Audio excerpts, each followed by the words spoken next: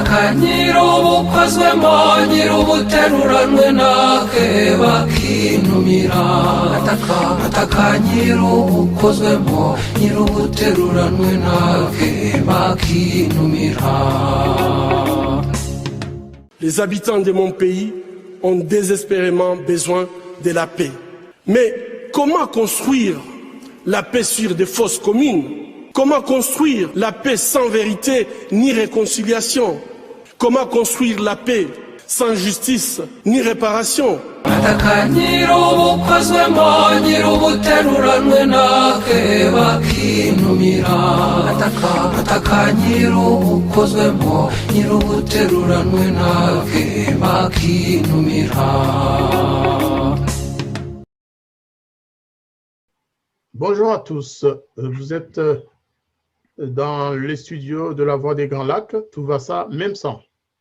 Ce soir, nous vous présentons la chronique du vendredi soir avec nos deux chroniqueurs, Gustave Mbonimoutois et Hervé Chezeville. Sans plus tarder, messieurs, voulez-vous vous présenter à nos téléspectateurs ou à nos visio-spectateurs, nos vidéo-spectateurs, nos auditeurs? Gustave Mbonimoutois. Oui, merci, bonsoir à tous. Donc, je suis Gustave Mbonimoutois, j'habite en Belgique d'origine rwandaise et je me définis comme un activiste des droits de l'homme et a fortiori des droits des Rwandais. Merci. Hervé Chezeville. Hervé Chezeville, auteur de 9 livres jusque-là, chroniqueur radio, et 24 ans en Afrique, y compris au Rwanda et dans plusieurs pays de la région des Grands Lacs. Très bien. Alors ce soir, nous allons parler de... en fait, c'est la suite de l'émission que nous avions proposée à nos vidéos spectateurs la dernière fois, qui concernait les visites du président Kagame à Paris et celle de Macron à Kigali. Donc c'est la suite. Nous allons continuer à partager notre analyse et le suivi des conséquences ou de tout ce qui est ressorti de cette visite. Je laisse une fois encore la parole à mes invités. Alors, de quoi allez-vous nous parler, Gustave?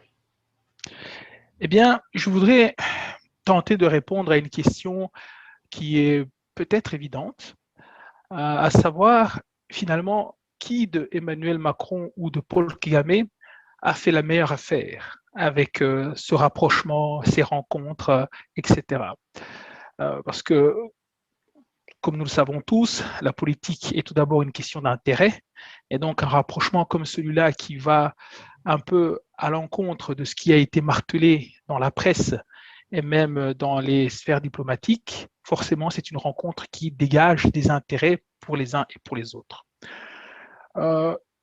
Probablement qu'il y en a beaucoup, mais de mon côté, j'ai souhaité parler de trois éléments que je pense sont assez révélateurs de ce qui s'est passé, parce que ce sont des éléments qui ne transparaissent pas directement dans ce qui a été rapporté par la presse classique et aussi évidemment par les différentes parties. La première chose, c'est que finalement, les accusations de participation ou de complicité au génocide de 94 au Rwanda, eh bien, ce sont des accusations qui peuvent se négocier, qui peuvent se marchander. C'est une conclusion qui s'impose d'elle-même puisque tout le monde sait à quel point le FPR, le parti de Paul Kagame et ses relais ici en France, ou quasiment partout dans le monde, ont martelé pendant 27 ans à quel point la France avait été complice, si pas co-auteur de ce génocide, avec parfois des témoignages qui à l'époque paraissaient douteux pour certains, mais qui ont su s'imposer dans la sphère publique, au point que beaucoup de gens étaient vraiment persuadés que l'État français, l'armée française de 1994 avait effectivement une complicité, voire même une participation dans ce génocide. Et donc pendant 27 ans, ils ont martelé cela. Et là, tout à coup, ce rapprochement entre Kagame et Macron, qui a commencé il y a déjà quelques années, évidemment, mais qui s'est concrétisé avec les visites de mai 2021, eh bien, grâce à ce rapprochement, le président Kagame semble satisfait, finalement, Et on peut évidemment se douter que maintenant, l'État rwandais, dirigé par Kagame, ne va plus accuser la France de toutes ces choses-là, et notamment tous les relais politiques du FPR ici en France. On voit mal comment est-ce que, après les accolades chaleureux et amicales qu'on a vues, on voit mal comment est-ce que tout ce beau monde-là va continuer à répéter les mêmes accusations sur la France.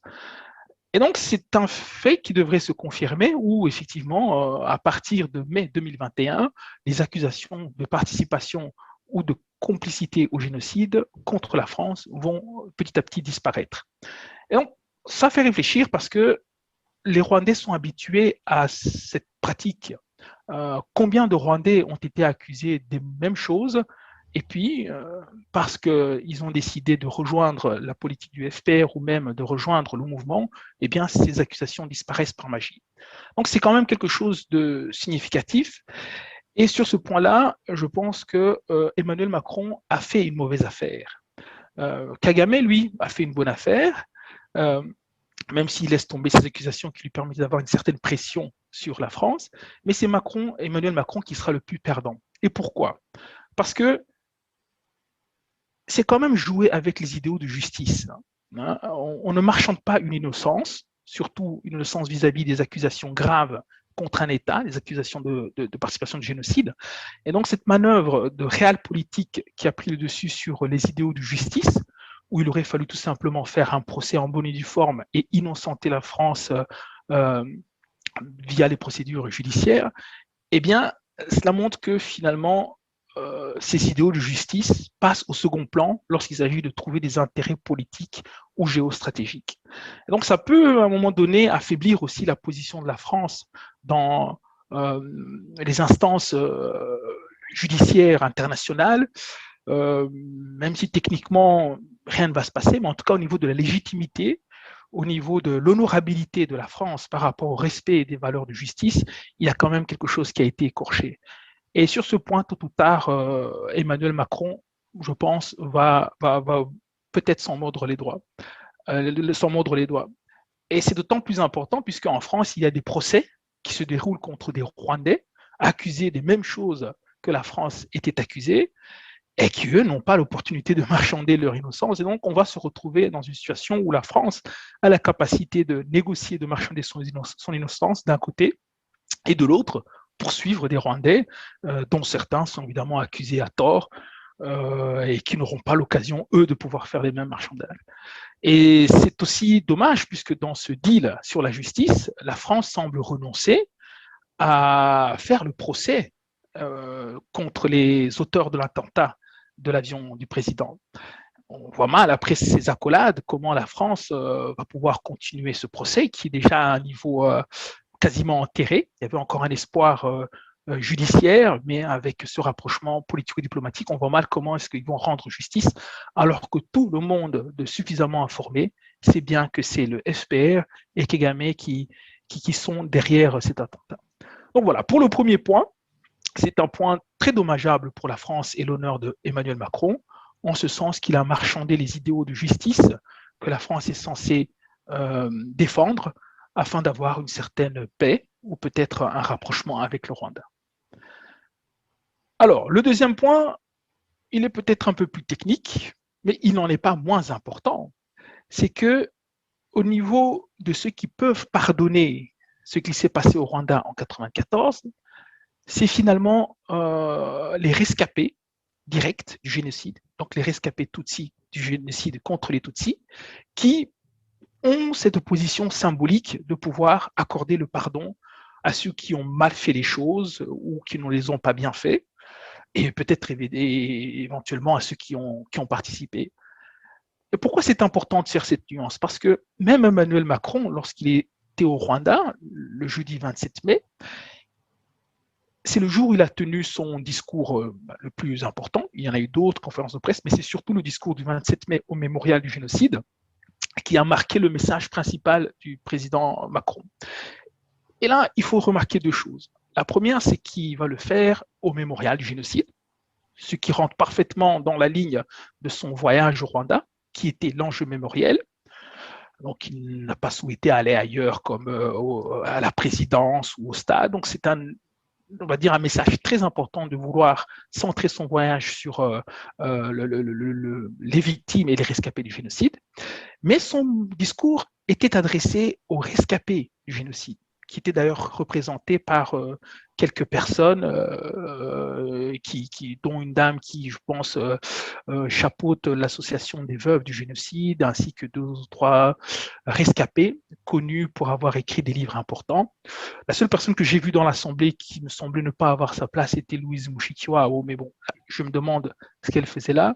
Mais toujours est-il que le fait que Paul Kagame n'était pas présent, eh bien, ça peut indiquer que Emmanuel Macron a souhaité envoyer sa demande de pardon, je ne sais pas comment le dire, ce n'est même pas une demande de pardon, en tout cas sa position pour être pardonné aux victimes du génocide et non pas à l'armée patriotique rwandaise de Paul Kagame. Et c'est un point très important parce que ceux qui veulent comprendre ce qui s'est passé au Rwanda doivent savoir qu'il y a une différence nette entre les Tutsis qui étaient à l'intérieur au Rwanda et qui ont été victimes du génocide et donc qui en sont rescapés, et les Tutsis qui étaient à l'extérieur du Rwanda, qui eux ont attaqué 4 ans plus tôt, et forcément, par définition, ne peuvent pas être victimes du génocide qui se passait là où ils n'étaient pas, tout simplement. Et donc, ce message est cette nuance est assez importante, parce que cela explique par exemple pourquoi certains chercheurs ont la conviction que le FPR a sa responsabilité dans les massacres qui ont visé des Tutsis, mais aussi pourquoi aujourd'hui on entend encore des Tutsis qui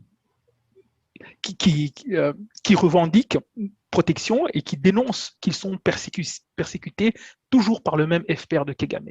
Donc cette nuance est importante à faire pour les gens qui ne connaissent pas très bien le dossier, c'est que les Tutsis ne sont pas le FPR et le FPR n'est pas les Tutsis.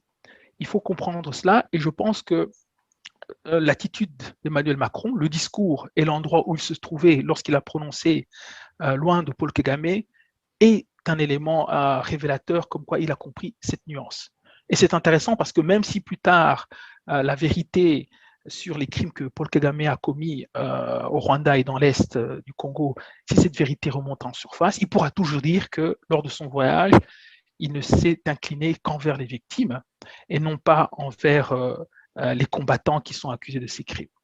Donc ce deuxième point, pour moi, est assez important. Et chez les Rwandais, il est très symbolique parce qu'il vient enfin reconnaître cette nuance que beaucoup tentent de faire, où beaucoup de Tutsis de plus en plus se distancient du FPR, mais aussi qui permettent de comprendre pourquoi le FPR a pu, comme si l'ambassadeur l'a écrit dans un de ses livres, a pu sacrifier les Tutsis en 1994. Alors, le troisième et dernier point que j'ai relevé de ce voyage, c'est que la fameuse thèse du double génocide n'est pas une thèse négationniste. Et je vais m'expliquer. Emmanuel Macron a tenu une conférence de presse conjointe avec Paul Kagame dans les quelques minutes ou l'heure qui a suivi son discours. Et la deuxième question qui lui a été posée, si mes souvenirs sont bons, portait précisément sur la thèse du double génocide. Alors, petite parenthèse, la thèse du double génocide, comme l'appelle le régime de Paul Kagame et ses relais, c'est la thèse qui affirme qu'il y a eu un deuxième génocide contre les Hutus, cette fois-ci, perpétré principalement au Congo, mais également au Rwanda, que ce soit avant celui contre les Tutsis, pendant celui contre les Tutsis et même après. Donc cette thèse qui réclame la reconnaissance et qui s'efforce à démontrer qu'effectivement les crimes qui ont été commis par l'armée patriotique rwandaise contre les Hutus sont des actes de génocide, cette thèse est appelée double génocide, dans un souci de terminologie pour en faire quelque chose de malsain. Et la position de Kigali, c'est que toute personne qui avance cette thèse est négationniste. Donc voilà pour la parenthèse.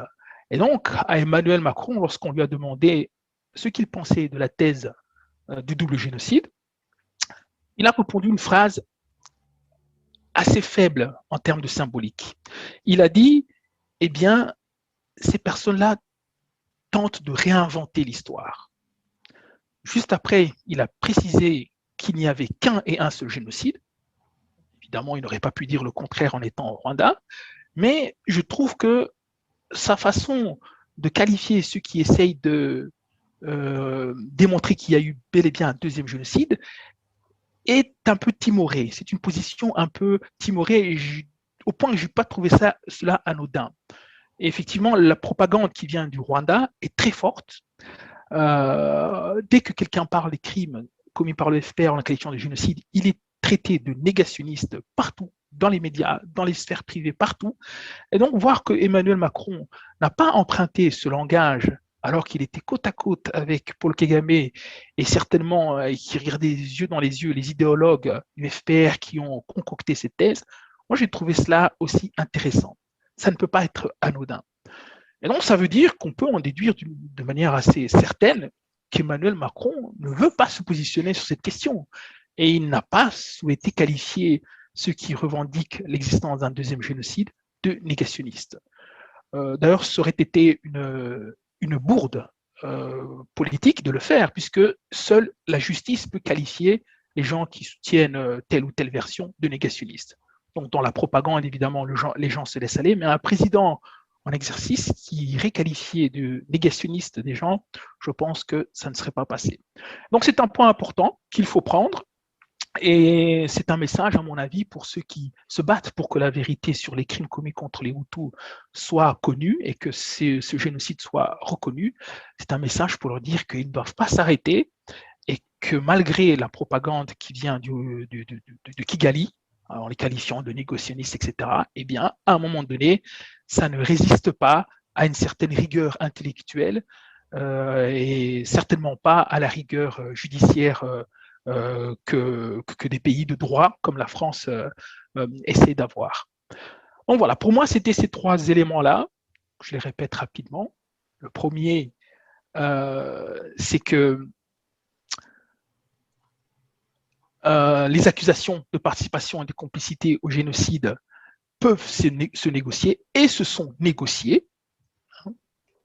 Deuxièmement, c'est qu'il ne faut pas confondre les Tutsis, les victimes Tutsis, avec les combattants, voire même les criminels qui faisaient partie de l'armée patriotique rwandaise. Et troisièmement, eh bien, c'est que cette théorie de double génocide qui serait négationniste, finalement, ça ne résiste à aucune rigueur intellectuelle et que la propagande de Kigali a probablement eu un sacré coup avec le non-endossement, si je peux dire, de la part de Macron sur cette propagande. Donc, en fin de compte, sur base de ces trois éléments, on peut dire que les deux présidents ont fait des concessions. On se demande si le calcul de Emmanuel Macron lui sera favorable, lui sera providentiel un jour ou l'autre. Mais ce qui est certain, c'est qu'ils viennent tous les deux d'éviter un procès, l'un comme l'autre. Et comme disait Honoré de Balzac, ne vaut-il pas mieux un mauvais accord qu'un bon procès? Et je pense que c'est ce principe-là qui a régi les relations entre Emmanuel Macron et Paul Kagame ces dernières années et qui s'est concrétisé fin mai 2021. Voilà, je vous remercie. Je vous remercie, Gustave Mbonimoutoua. C'est vrai qu'on peut en débattre longuement et on réservera une autre chronique justement au débat, parce que ce que vous avancez, c'est vrai, mais on peut ajouter des éléments dans un sens ou un autre. Et donc, pour faire la suite à ça, je vais passer la parole à Hervé Chezeville pour aussi nous partager son analyse et son décryptage de cette visite et du discours du président Macron. Merci. Avant de commencer, je voudrais dire que j'ai écouté avec attention ce que vient de dire Gustave et que je suis d'accord avec tout ce qu'il a pu dire et avec ses différents points.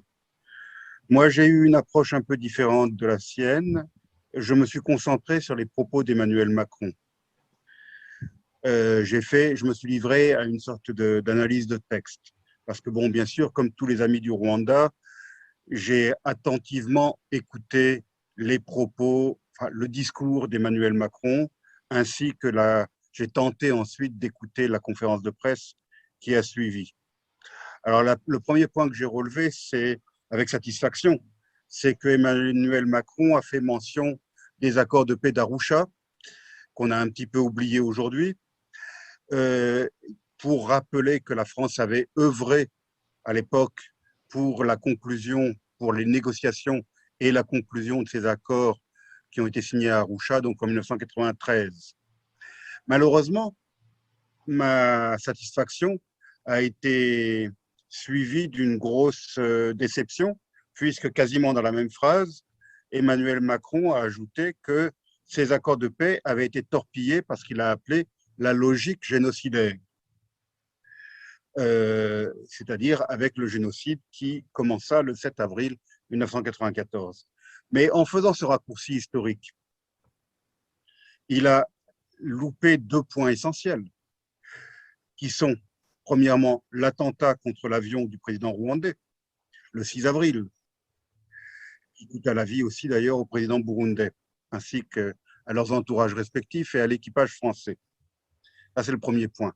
Le deuxième point qu'il a loupé, c'est l'offensive militaire générale de l'armée du Front patriotique rwandais de Paul Kagame contre les forces gouvernementales dans les heures qui ont suivi cet attentat. Et comme je l'ai souvent dit, une offensive militaire générale ne s'improvise pas. Elle se planifie des semaines, voire des mois à l'avance, rien que pour la logistique, par exemple. Donc, ce qui s'est passé cette nuit-là était planifié de longue date. S'il n'y avait pas eu l'attentat et l'offensive générale, la logique génocidaire contre les Tutsis n'aurait pas pu être enclenchée. Et le processus des accords de paix d'Arusha se serait poursuivi. Un gouvernement intérimaire de transition aurait été mis en place. Il y aurait eu la fusion des deux forces armées. Et puis, donc, conclusion ultime, c'est que des centaines de milliers de vies auraient ainsi été épargnées. C'est celle des Tutsis de l'intérieur qui ont été massacrés par les génocidaires Hutus et celle des Hutus et des Twa qui ont été massacrés par le FPR et dont Macron n'a pas jugé bon de dire le moindre mot. Et puis, il n'y aurait pas eu l'invasion du Zaïre, du Congo, qui, elle, a causé la mort de millions de personnes, rwandaises et congolaises. Et bien sûr, on ne refait pas l'histoire. Mais il ne faut pas non plus la déformer, cette histoire. Et je pense que là, Emmanuel Macron, j'ai le regret de le dire, Emmanuel Macron a déformé l'histoire. Je dois dire que le discours d'Emmanuel Macron était fort bien écrit. De ce côté-là, il n'y a rien à redire. Je ne sais pas qui l'a écrit pour lui, mais c'est une bonne plume. Le thème unique de ce discours, c'était, si je puis dire, c'était la responsabilité de la France dans le génocide des Tutsis. Alors, il a parlé de cette responsabilité sans clarifier en quoi consistait cette responsabilité.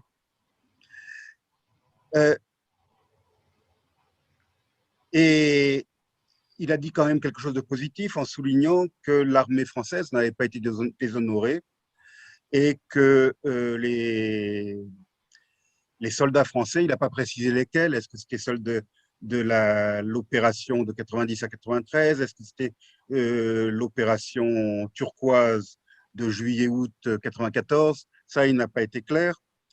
Mais en tout cas, il a tenu à dire, et c'est bien, que les soldats français n'avaient pas participé au génocide, de près ou de loin. Il a oublié, malgré tout, de rendre hommage aux militaires français qui sont morts. Il y en a eu au moins 5. Les 3 membres de l'équipage du Falcon 50 et les 2 gendarmes, qu'on a complètement oublié aujourd'hui, les 2 gendarmes qui ont été assassinés chez eux dans les heures qui ont suivi l'attentat, dans des circonstances très, très mystérieuses. Alors, quelles sont donc ces responsabilités de la France qu'a évoqué M. Macron? Est-ce que ces responsabilités, c'était d'avoir aidé le gouvernement du Rwanda en 1990, lorsque ce gouvernement a fait appel à la France pour faire face à une attaque venue de l'extérieur. Est-ce que cela signifierait que M. Macron considère que le régime de Juvénal Habyarimana était un régime génocidaire? Alors là, c'est un contresens historique, puisque Juvénal Habyarimana, je le rappelle, est quand même la première victime de ce drame qui a été déclenché les 6 et 7 avril 1994. Est-ce que la France n'aurait pas dû soutenir le régime de Juvénal Habyarimana? Alors naturellement, en 2021, il est facile de dire que la France n'aurait jamais dû soutenir un régime issu d'un coup d'État militaire et un régime à parti unique, ce qui était le cas du Rwanda, donc jusqu'au début des années 90. Mais il faut quand même rappeler au jeune Emmanuel Macron qu'en 1990, la totalité du continent africain était constituée de pays dirigés par des juntes militaires ou par des partis uniques. Et il n'y avait que 2 exceptions pour confirmer cette règle, à ma connaissance. On peut me corriger. C'était le Botswana, qui a toujours été une démocratie depuis son indépendance, et le Sénégal, qu'il était déjà à l'époque. Donc, puisque la règle à l'époque était les régimes à parti unique et les régimes militaires, en quoi est-ce qu'il était honteux de soutenir ou d'avoir des relations avec un pays dirigé par un régime du genre de celui de M. Habyarimana?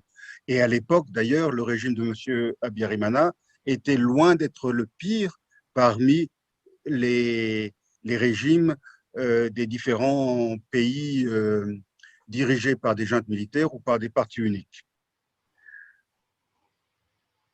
Alors, je pense que dans un moment aussi solennel que cette cérémonie au mémorial du génocide, le président français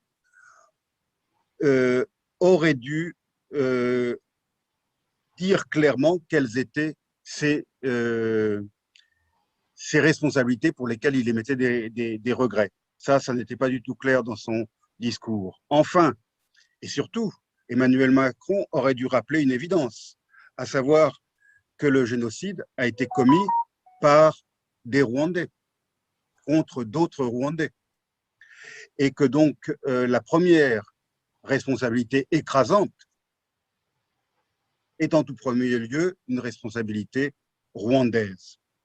Ce ne sont pas les Français qui ont fourni les machettes aux massacreurs. Ce ne sont pas les Français qui ont enseigné aux massacreurs comment utiliser des machettes.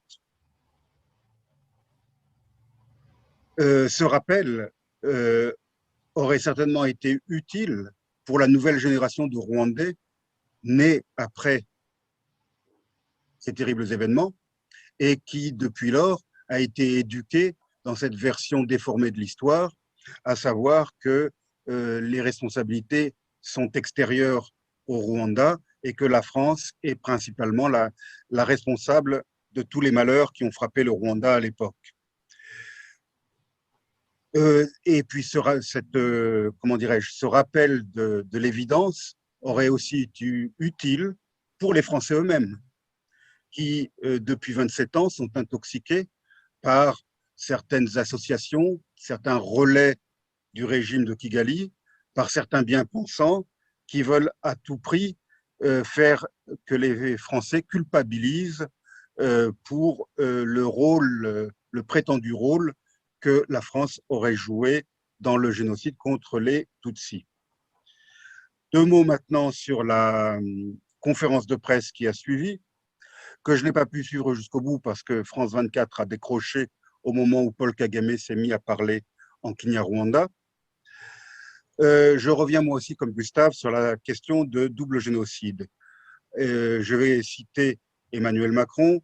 À la question, il a répondu en disant « Ceux qui parlent de double génocide réinventent l'histoire.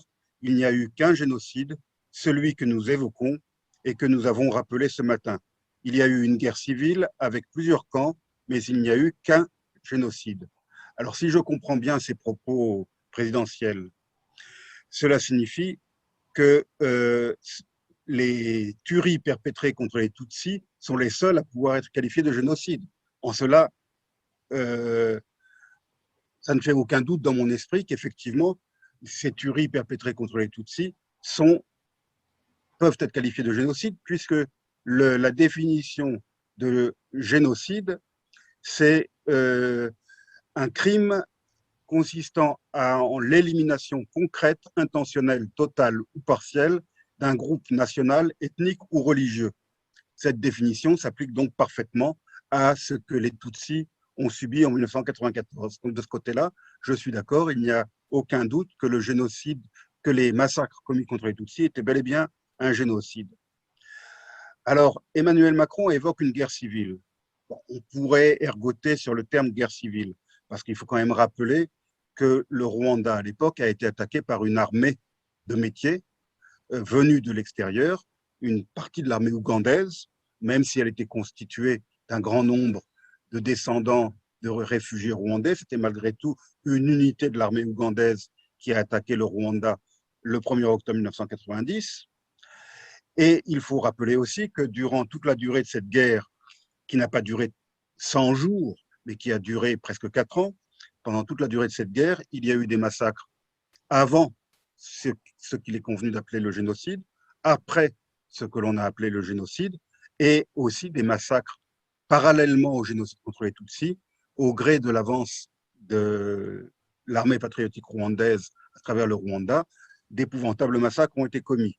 Et ensuite, il s'est étendu, bien sûr, au Zaïre, avec les massacres qui ont été commis en premier lieu, contre les Hutus rwandais réfugiés au Zaïre et contre la population congolaise d'une manière générale.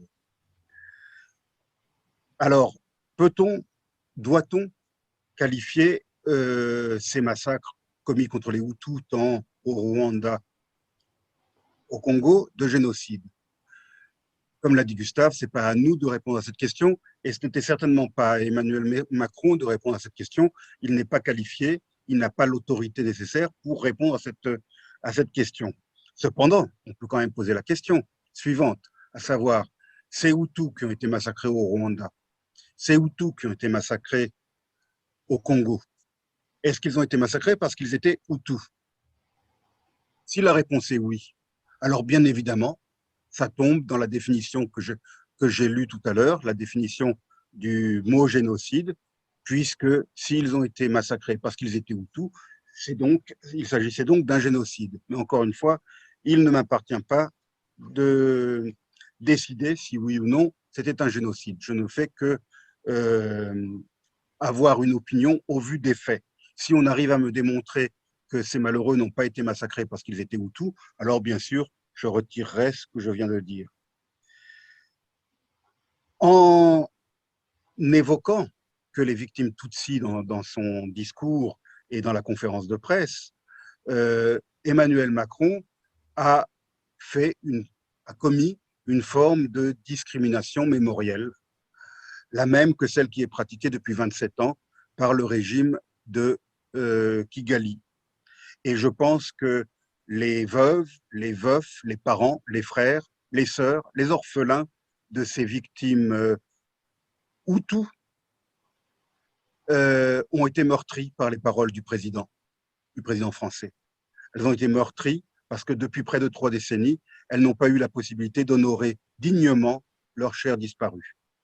Et de la même manière, le fait que le président français n'ait pas évoqué les millions de morts congolais a été ressenti au Congo, je le sais, puisque je suis au quotidien en contact avec les Congolais qui sont sur place au Congo.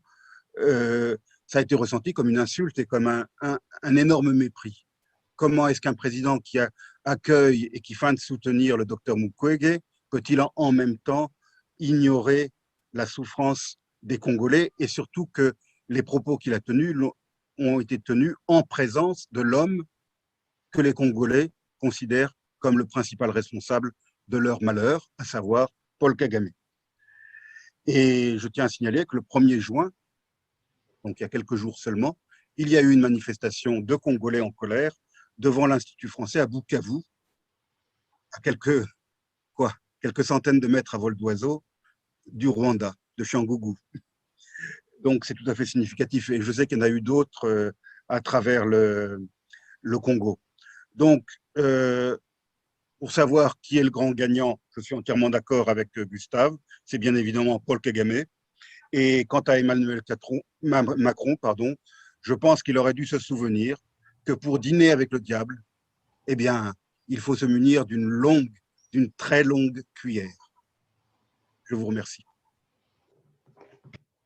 Eh bien, je ne saurais vous dire merci pour cette brillante analyse parce qu'effectivement, les deux ensemble, c'est-à-dire la chronique que nous a présentée Gustave et la vôtre, Hervé Chosville, c'est vraiment, elles se complètent. On dirait que vous vous êtes concertés avant de nous les Pas du tout. Mais les bons esprits se rencontrent toujours. Je suis en Corse, il est en Belgique, et non, on ne s'est Voilà, pas exactement. concerté. Et puis, vous savez, la Voix des Grands Lacs, je pense à les meilleurs chroniqueurs sur le sujet qui nous concerne, je crois. Hein. Alors, moi, je vais me faire une petite réflexion sur un sujet que vous n'avez pas abordé, mais qui transparaît dans le discours du président Macron à Kigali, au mémorial notamment. Hein. Il y a une phrase qui est très révélatrice, où il dit, en fait, en cherchant à condamner ses prédécesseurs, notamment le président Macron, Mitterrand et son équipe. Et alors, il dit, la France n'a pas compris qu'en voulant faire obstacle à un conflit régional ou une guerre civile, elle restait de fait aux côtés d'un régime génocidaire. En ignorant les alertes des plus lucides observateurs, la France endossait une responsabilité accablante dans un engrenage qui a abouti au pire, alors même qu'elle cherchait précisément à l'éviter. Alors, dans cette phrase, il y a tellement le président parle d'engrenage, je parle aussi d'engrenage, de mots qui viennent les uns après les autres, mais qui n'ont pas beaucoup de... qu'on ne peut pas expliquer facilement. Pourquoi je le dis? Le président Macron parle du Rwanda et des autorités de l'époque comme si notre pays était un pays conquis, comme si c'était une colonie de la France. Moi, je pense que le Rwanda n'a jamais été une colonie de la France, ni avant la guerre de 90, ni pendant, ni après. Nous avions des autorités qui dirigeaient le pays et qui avaient la maîtrise de ce qui s'y passait, et la France ne pouvait pas recoloniser le Rwanda tout simplement parce qu'elle était venue à la rescousse pour stopper l'avancée du FPR. Ça ne lui permettait pas de se mêler de tout au Rwanda. Et je vais en fait transposer ça à l'actualité au Rwanda, mais aussi à l'actualité en général en Afrique. Vous savez, après la visite du président Macron, le président Kagame a lancé une répression, il a lancé des arrestations d'activistes des droits de l'homme au Rwanda, juste après le départ du président Macron. J'aimerais poser une question au président Macron et au gouvernement de la France. Est-ce que Kagame en avait préalablement informé son homologue Macron? Certainement pas. Voilà, donc Macron ne pouvait pas le deviner. Comme à l'époque, Mitterrand ne pouvait pas savoir tout ce qui se passait au Rwanda. Et il n'avait de toute façon aucune force pour s'interposer aux activités, aux actions quotidiennes des autorités de l'époque. S'il y a des responsabilités, il faut aller les chercher dans le gouvernement rwandais de l'époque ou dans les différents gouvernements, notamment ceux de 92 à 94, qui étaient dirigés par des membres de l'opposition. C'est une chose importante. Et donc, la France ne pouvait pas, on ne peut pas dire aujourd'hui que la France savait tout, qu'il y a eu des esprits lucides pour la prévenir. Quel esprit lucide a permis ou aurait pu permettre à Emmanuel Macron de savoir qu'Aimable Karasira allait être arrêté dans les heures qui ont suivi sa visite, la visite du président Macron? Aimable Karasira, c'est ce chanteur, philosophe, activiste des droits de l'homme, qui, c'est un Tutsi rescapé du génocide, mais dont les parents directs, papa et maman, ont été assassinés par le FPR. Est-ce que le président Macron savait qu'il y avait des Tutsis, beaucoup de Tutsis qui ont été tués par le FPR. Ils ne le savaient pas. Et ce n'est pas le président Kagame qui allait l'en informer. Donc, ce qui n'a pas été possible de 90 à 93, avant le retrait des troupes françaises du Rwanda en décembre 93, ça reste valable aujourd'hui. La France ne peut pas contrôler, même avec les millions d'euros que le président Macron a donnés au Rwanda, même avec les doses de vaccins qu'il a laissées à Kigali, et ça ne lui donne pas le droit ni la possibilité de contrôler toutes les actions, toute la répression que le président Kagame peut se permettre dans son pays. Et ça a été valable il y a 30 ans maintenant, ça le reste. Je vais donner d'autres exemples en fait, pour illustrer ce que j'avance. Est-ce que la France a jamais été accusée d'avoir contribué, participé ou d'avoir été complice des crimes contre l'humanité commis par Hissène Habré au Tchad? À ma connaissance, non. C'est Hissène Habré qui est accusé avec son gouvernement, et encore. Alors que si jamais la France s'est engagée dans un pays en Afrique aussi massivement, c'est bien au Tchad. Au Tchad d'Hissène Habré. Au Tchad d'Hissène Habré, la France a dépêché des bataillons et des bataillons, des avions, des bombardiers pour aller chasser les troupes libyennes et les rebelles. Déby, qui était rebelle aussi avant de prendre le pouvoir. Il a bras droit de Hissène Habré. Il a combattu les troupes françaises. Donc, si je comprends la logique des associations Survie, CPCR et autres lobbyistes français, en réalité, la France devrait payer aussi pour Hissène Habré. Est-ce que la France a été complice vraiment de manière juridique? Est-ce qu'on peut dire que la France peut encaisser la responsabilité de complicité avec Bokassa, l'empereur, qui était accusé d'avoir mangé de la chair humaine, même si ce n'était pas nécessairement la réalité. Mais on n'a jamais accusé la France de Giscard d'Estaing. Giscard d'Estaing a été accusé de concussion, de corruption, mais jamais de complicité avec les actes qu'avait pu commettre Bokassa. Aujourd'hui, ce qui se passe au Mali, où la France est très présente, mais alors présente en termes militaires, la France occupe le Mali partout. La capitale, les provinces, le nord, la France patrouille partout, se bat. Et les militaires français, eux, font la guerre au Mali. Est-ce que Paris va être un jour tenu pour responsable de ce qui se passe au Mali? Le coup d'État qui vient d'être opéré, est-ce que la France l'a su avant? Et si la France l'a su, pourquoi elle ne l'a pas arrêté? Pourquoi elle intervient seulement après pour dire aux militaires dégagez? Donc, je veux dire quoi? Je veux dire que les pays africains sont quand même souverains, que tout ce qu'ils font chez eux, même s'il y a un pays étranger comme la France, les États-Unis, eh bien, ils ne téléphonent pas d'abord les autorités des pays assistants. Oui.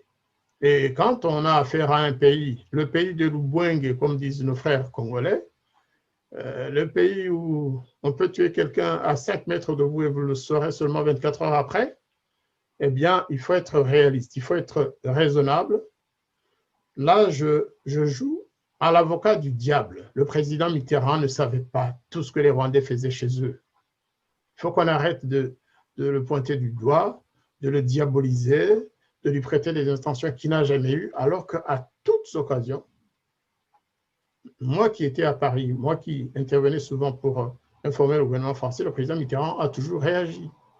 Il a toujours envoyé des délégations ministérielles pour aller calmer les esprits, aussi bien à Kampala qu'à Kigali. Il a envoyé des délégations voir Kagame à Mulindi pour dire, monsieur le général, calmez-vous, on est là pour vous aider à négocier et à trouver la paix. Mais je reviens encore sur ça. Eh bien, la France, comme la Belgique d'ailleurs, qui était plus présente au Rwanda en définitive. Ces deux pays n'ont jamais su ce qui se préparait ni du côté du FPR, ni du côté des autres. Il faut être juste. Il faut que les Français comprennent que leur pays ne pouvait pas recoloniser le Rwanda tout simplement parce qu'il y a il y a bisbille entre les Hutus et les Tutsis. Ça ne se passe pas comme ça. Et donc, si je peux vous compléter. Oui, bien sûr. Oui, merci beaucoup d'avoir donné ces exemples très concrets qui viennent casser cette propagande, parce qu'il n'y a pas d'autre mot, qui viennent casser cette propagande sur la culpabilité ou la complicité de l'État français dans le génocide qui a eu lieu au Rwanda. Mais je voudrais même repartir sur le premier point que j'ai développé pour poser une question aux auditeurs. Qui peut échapper à une accusation de génocide? Qui? Il ne s'agit pas d'aller voler du pain, il ne s'agit pas de donner une mallette avec 2000 €. On parle de complicité de génocide. Normalement, quelqu'un où il y a des preuves solides d'avoir participé à un génocide d'une manière ou d'une autre, il affronte la justice, il est blanchi ou il est condamné. Donc, si la France, avec ce qui s'est passé entre Kagame et Macron, est aujourd'hui, on va dire, pardonné, ou en tout cas va être laissé tranquille par le président Kagame, c'est que les accusations en amont étaient tout aussi légères. C'est un raisonnement qui ne nécessite même pas de connaître toutes les nuances, toute la géopolitique, toute l'histoire. Hein. On peut donner des exemples encore plus simples de la vie de tous les jours. Une personne qui va porter plainte pour vol, hein, et qu'à un moment donné décide de retirer sa plainte, c'est que finalement, elle estime qu'il n'y avait pas suffisamment d'éléments. Je donne un exemple que j'invente comme ça, mais alors imaginez-vous un génocide. Donc ici, il y a une chose qu'il faut comprendre. Soit on se fout complètement de la justice pour les victimes et les rescapés du génocide, et la politique et la réelle politique prennent dessus, soit il n'y a jamais eu de véritable fait, de quelque chose de concret à reprocher à la France, et pendant 27 ans, on a tout simplement brandi une épée de Damoclès diplomatique pour faire peur à la France, et ça a marché. Moi, je suis plus sur ce deuxième épisode, cette deuxième hypothèse.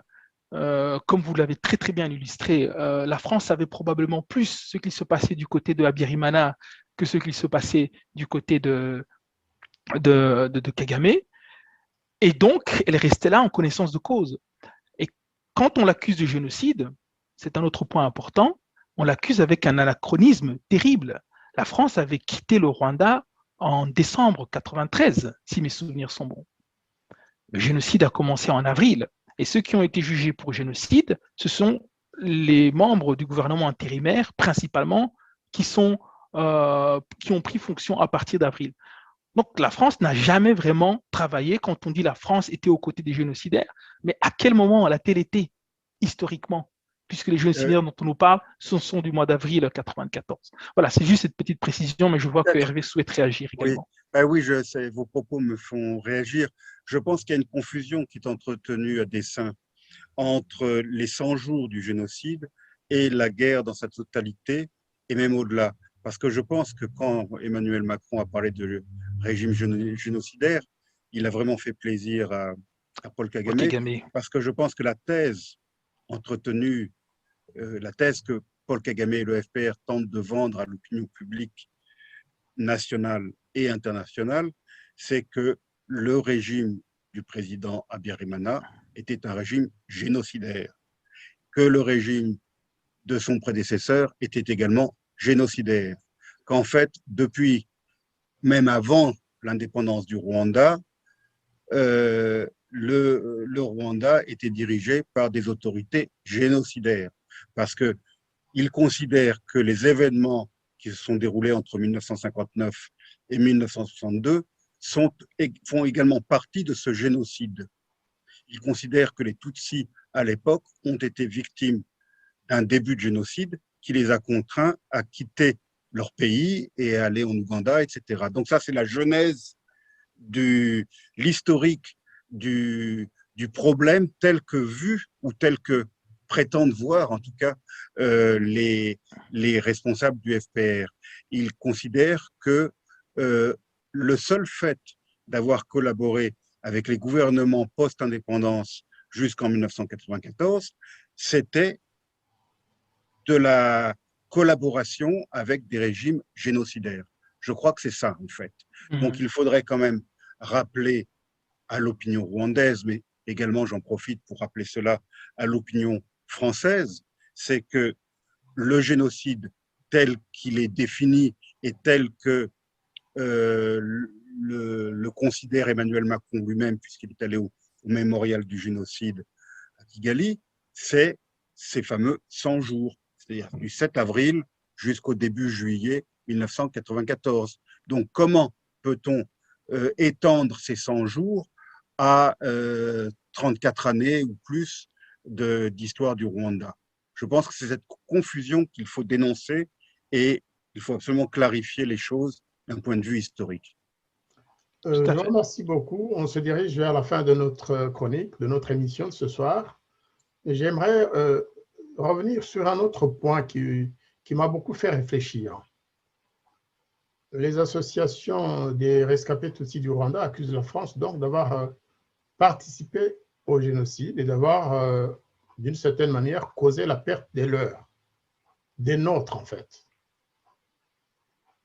Si on considère que la France, qui était présente au Rwanda, n'a pas été assez vigilante pour empêcher la mort de Tutsis, encore qu'en 1994, les troupes françaises avaient déjà quitté le Rwanda, mais on accuse la France de ce qui s'est passé avant aussi. Dans certaines associations, comme Survie, comme le CPCHR, le CPCR, comme d'autres, hein, SOS Racisme et j'en passe. Mais dans cette même logique, si cela est accepté, qu'est-ce qui empêcherait, et là je lance un appel à mes compatriotes de toutes ethnies, si on accepte que la France a eu des responsabilités accablantes dans les massacres commis au Rwanda, pas seulement par la partie gouvernementale, mais sur l'ensemble du territoire rwandais, qu'est-ce qui a empêché la France de faire tout ce qui est possible pour que le FPR ne massacre pas les populations de Byumba, Hutu et Tutsi, alors que la France était présente au Rwanda? Qu'est-ce qui empêcherait les populations Hutu de Byumba, je parle de la période qui a précédé le génocide, sur l'ensemble du territoire qu'occupait le FPR, d'accuser la France de s'être abstenue d'intervenir pour empêcher le FPR de massacrer les Hutus? Il faut qu'on aille dans la logique jusqu'au bout. Ce n'est pas qu'une partie des rescapés qui doit bénéficier, si jamais il y avait des dommages d'intérêt à payer, eh bien, c'est toute la population rwandaise rescapée. La France était au Rwanda. Elle n'était pas allée pour sauver le régime de Habyarimana, c'était pour aider le Rwanda à sauvegarder la paix sur l'ensemble de son territoire. Or, on sait que le FPR a massacré des dizaines de milliers de Rwandais sur le territoire qu'il occupait.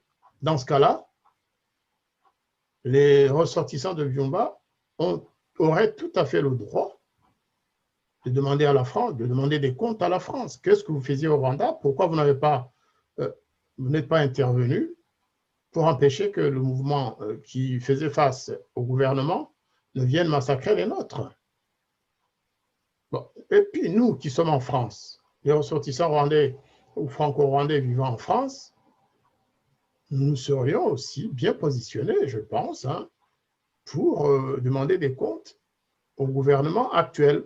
Si le président Macron continue d'affirmer que la France n'a pas fait ce qui était nécessaire pour aider les Rwandais pour sauver des vies humaines au Rwanda, c'est-à-dire avant le génocide, hein, avant Turquoise, eh bien, nous avons aussi perdu les nôtres dans cette guerre. Hein.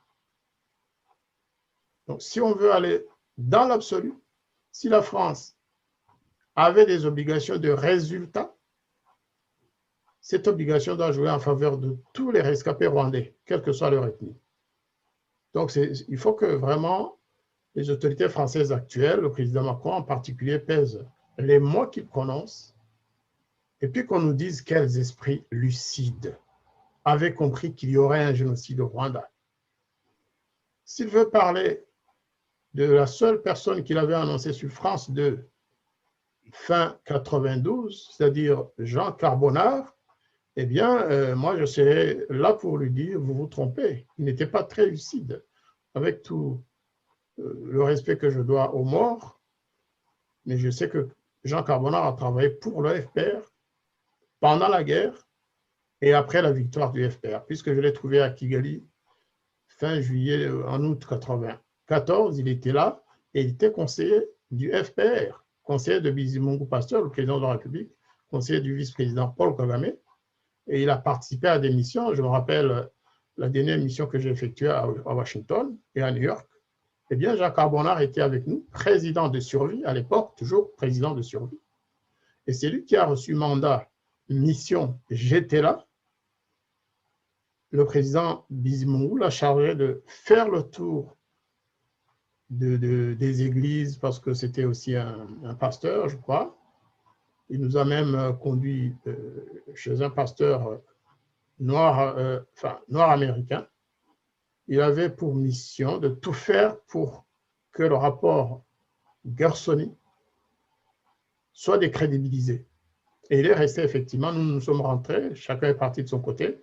Moi, je suis rentré en France et M. Carbonard est resté à New York pour faire son travail de décrédibilisation du rapport Gersony. Donc, si c'est ça, un esprit lucide, je doute fort qu'on puisse croire à cette assertion du président de la République. Donc, il faut vraiment qu'on fasse attention. En tout état de cause, je suis de ceux, parmi les ressortissants franco-rwandais, de ceux qui pensent que si la France a effectivement des responsabilités accablantes, eh bien, il faut qu'on nous explique à tous quelles sont ces responsabilités. Et s'il faut qu'on porte plainte contre, malheureusement, la République, on le fera comme les rescapés Tutsis.